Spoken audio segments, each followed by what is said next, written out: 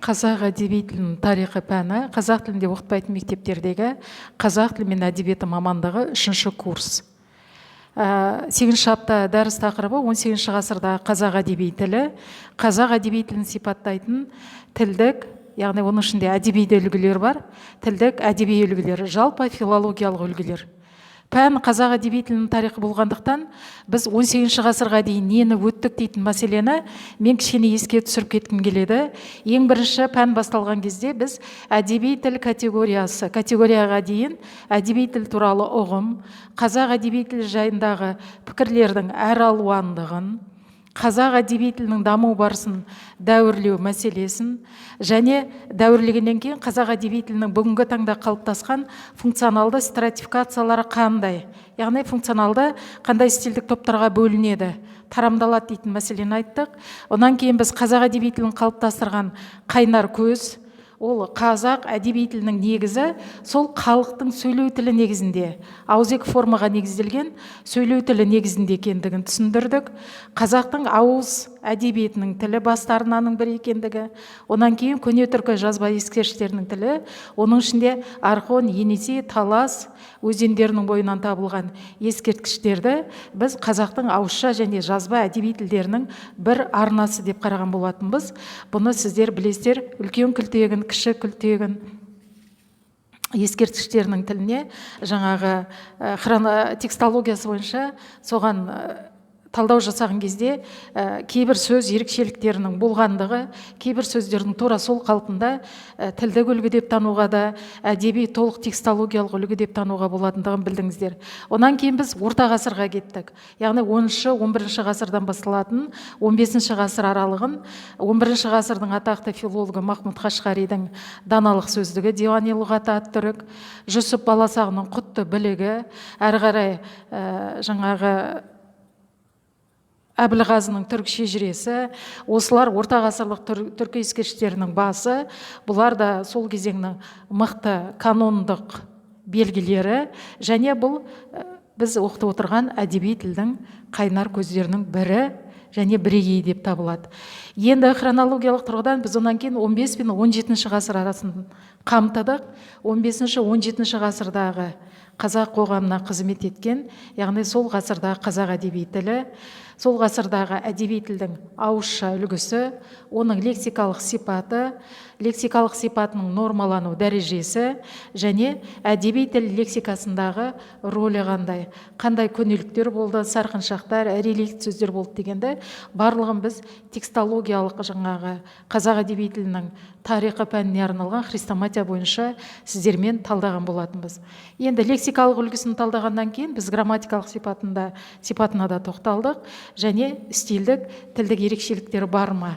Қандай стиль, қандай ортақ сюжет, қандай ортақ мотивтер болды дейтін мәселені осы 15-17 ғасыр аралығындағы қазақ қоғамына қызмет еткен ауызша әдеби тілдің үлгілері бойынша талдадық.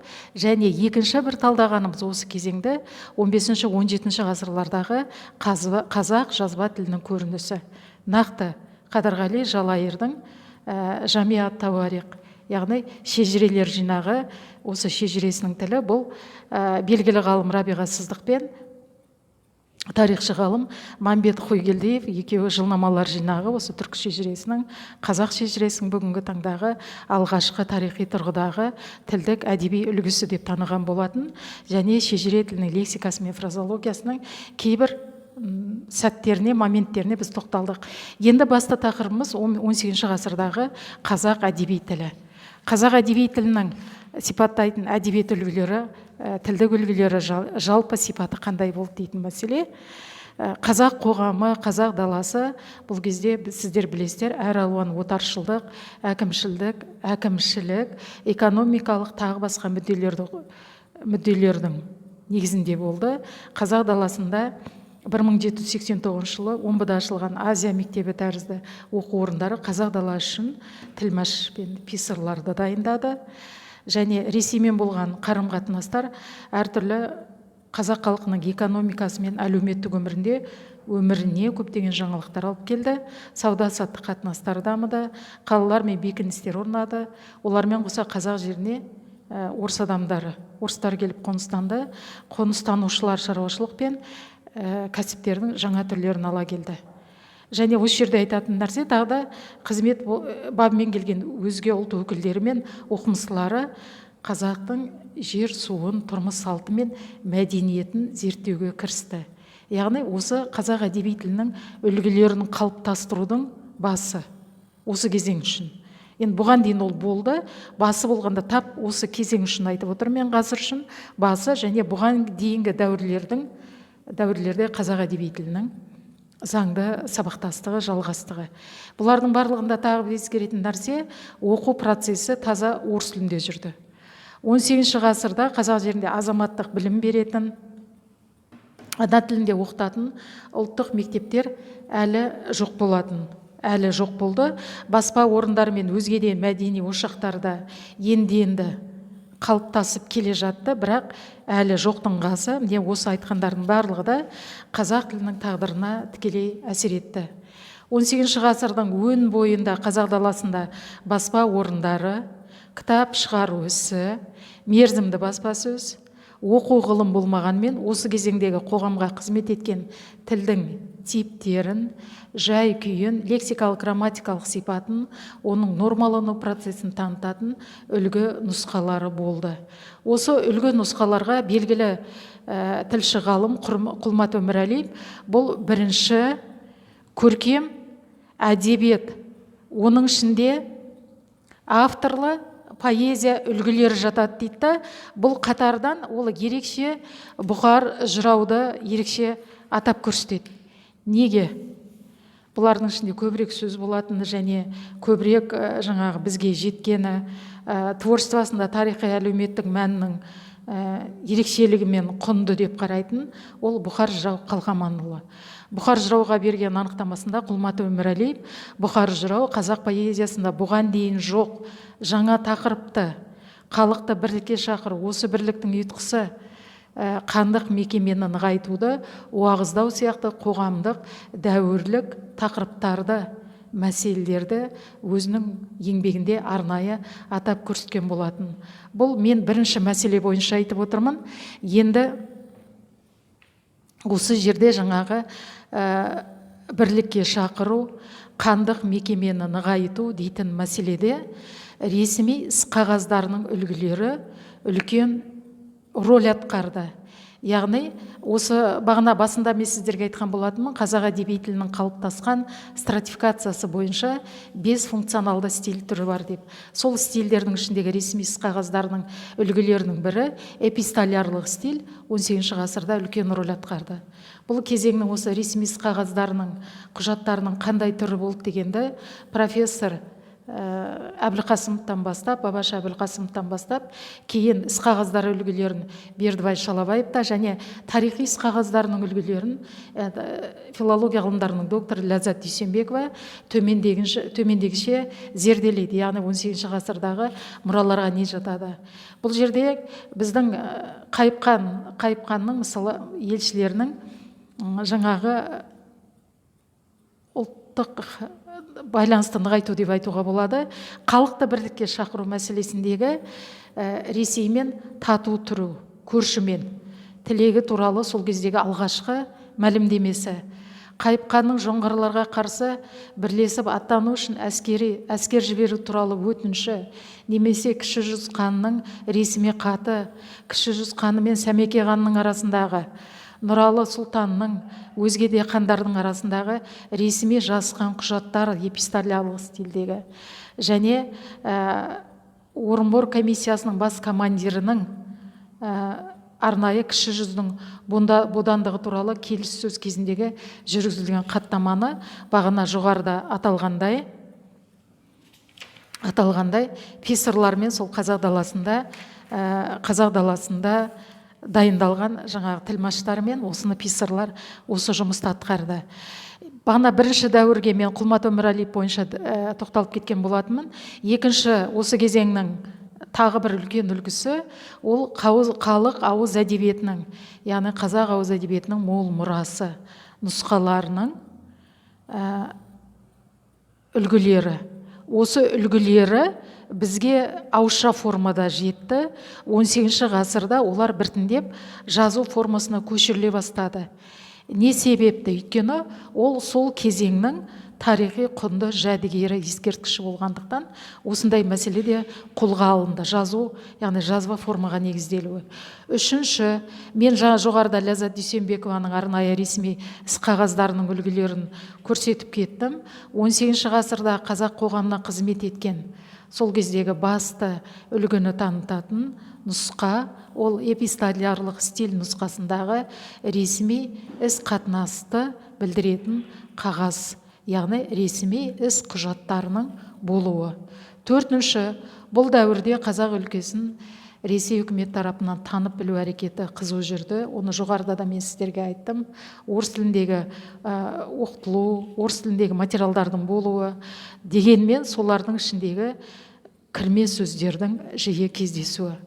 Мысалы, Рабиға Сыздықованың пікірі бойынша осы кезеңде дейді, әсіресе жаңағы құжаттардың ішінде үміт, ерлік, адамдық, татулық, тірлік, бірлік сияқты жеке сөздермен адамдық қыры, адамдық биігі, арамдық қыры, дәулетті көш деген сияқты сөз тіркестері еркін және активті түрде қолданылды дейді. Сонымен қатар 18 ғасырдың авторлы поэзиясының тақырыбы бағанағы бірінші мәселеге сәйкес белгілі бір оқиғаларға, адамдарға байланысты болып келген тұстары болды. Сол себептен мұнда жер, су, адам аттары мен жағы топоним, антропонимдер және өлең жырлар мәтіндеріне қарағанда әлде қайда мол және түрліше болып келеді.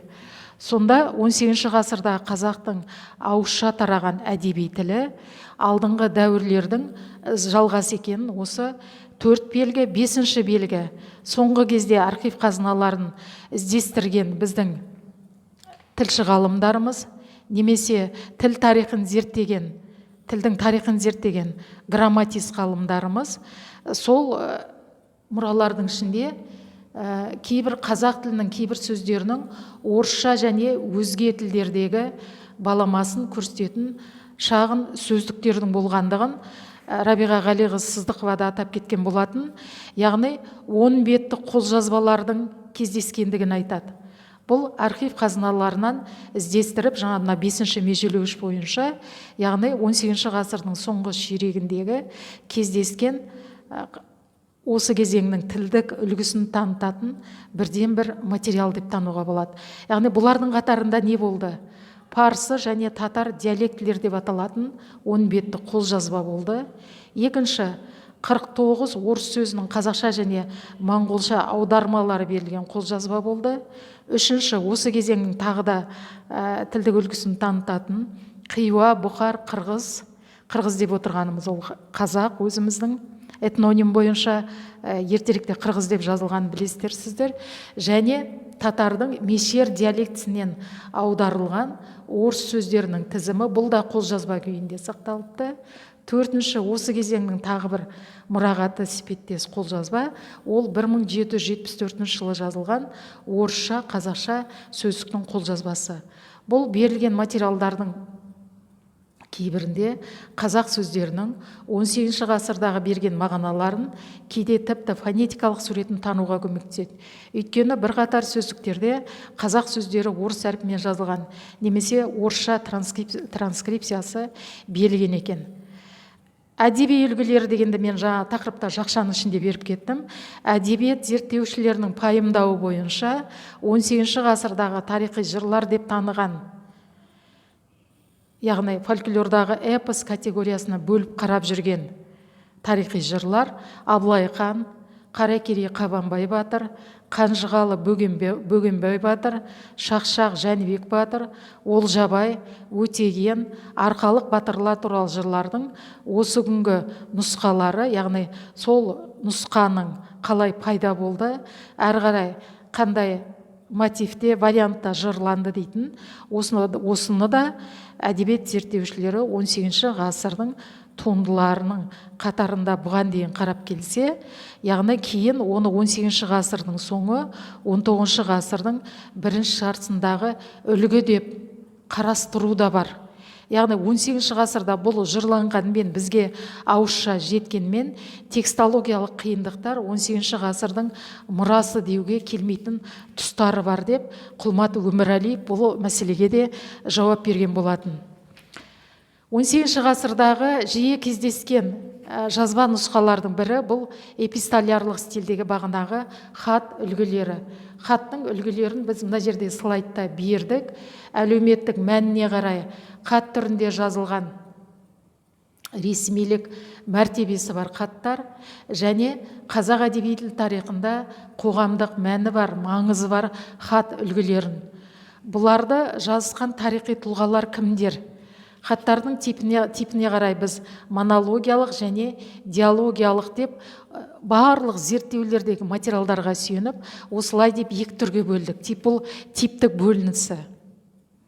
Бұл хаттардың ішіндегі диалогты хаттарға әсіресе біз жалпы ортақ хат үлгілері жиі кездесетін деп, Махамбеттің мысалы ұлына жазған хатын, сол сияқты белгілі тарихи тұлға, бұл белгілі ғалым Шоқан Шыңғысұлы Уәлихановтың әкесі Шыңғыс Төреге жазған хатын. Осындағы тілдік үлгілердің барлығында мына жердегі диалогты хаттар үлгісіне салып, арнайы текстологиясын жанында біз слайдқа салдық. Текстология қазақ әдеби тілінің тарихы хрестоматиясынан алынды. Бұл хаттардың ерекшелігі неде?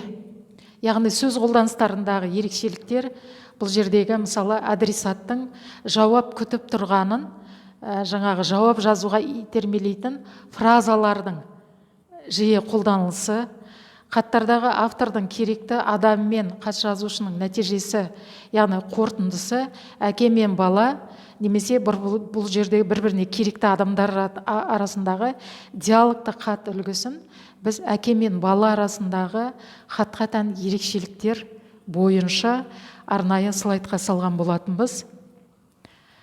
Жалпы хаттардың тілі дейтін мәселе алдыңғы кезеңдердегідей хат үлгілерінде енді негізінен оқып отырған кезде түсінікті, бірақ фонетикалық өзгешеліктерді талдауға болады. Қарап, мүбәрак, сәлем, хат күйінде жазылып тұр. Бұл жердегі сөздер негізінен таныс. Бірақ лексикалық нормалану мәселесіне келген кездегі ол жердегі құбылмалықты байқауға болады. Және бірақ айтылған мақсатты ой жауаптасу түрінде нәтижесін берген. Шоқанның хаттары өзінің хатымен жазылғанға дейінгі, яғни алдыңғы уақыты, елден, жерден, әкесінен алған жаңалықтарының барлығы да сөзбе-сөз түрінде және дәйек сөздер түрінде арнайы цитатымен мұнда біз слайдқа салдық. Жалпы 18 ғасырда қазақ әдеби тілі бұл алдыңғы дәуірлердің жалғасы. Қорытындылай келе 18 ғасырдағы қазақ әдеби тілін сипаттайтын қандай әдебиет үлгілері болды? 18 ғасырда қазақ әдеби тілі бұл алдыңғы дәуірлердің динамикалық жалғасы екенін жоғарыда айттық. Және Бұхар жырау мектебін біз бұл жыраулар мектебін жинақтаушы деп танитынымызды осы дәріс барысында айтқымыз келеді. Ақындар мектебі бар еді, ол әрі қарай дами бастады. Және олардың әдеби тілді қалыптастырудағы рөлі барынша қарқын алды. 18 ғасырда қазақ әдеби тілінің лексикалық сипаты өткен ғасырлармен салыстырғанда лексикалық сипаты анағұрлым өсті.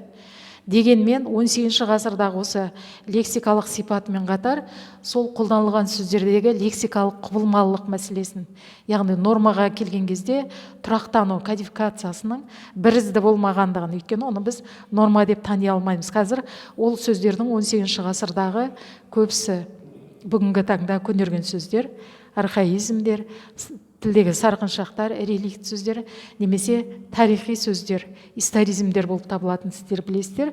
Олардың барлығында біз текстологияны қарау кезінде осы арнайы хрестоматиямен жұмыс істеу барысында сіздің оларға көзіңіз жетеді түгел.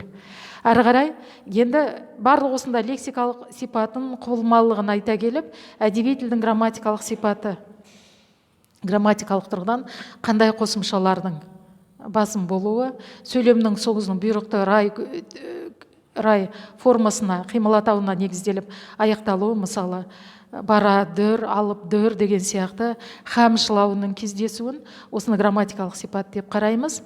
Осындай нәрселер бар. Сонымен бірге 18 ғасырдағы ақындар мектебінде қазақ поэзиясы тілін көркемдеу тәсілдері анағұрлым жетілдірілді. Яғни әдеби көркемдегіш тәсілдер мол болды. Дегенмен бұл кезеңнің өзінің де қиыншылығы болды. Неге? Өйткені көптеген материалдар, 18 ғасыр деп дәлелдейтін көптеген материалдар кейінгі зерттеулерге сәйкес ол 18 ғасырдың соңы, 19 ғасырдың басы болуы мүмкін, немесе 19 ғасырдың бірінші жартысындағы әдебиет дейтін көзқарастар бар. Дегенмен бұл халықтың мұрасы ауызша және жазбаша формаға негізделген. 18 ғасырда жазба тіл үлгілері көбірек болды. Сондықтан бұл 18 ғасырдың әдеби тілін сипаттайтын біршама тілдік әдеби жалпы үлгілер. Яғни филологиялық тұрғыдан қараған кезде біз қазақ әдеби тілінің тарихи кезеңдері 18 ғасырда өзінің жалғасын тапты және өзіне дейінгі дәуірлердің динамикалық жалғасы дейтін қорытынды жасаймыз. Рахмет назарларыңызға.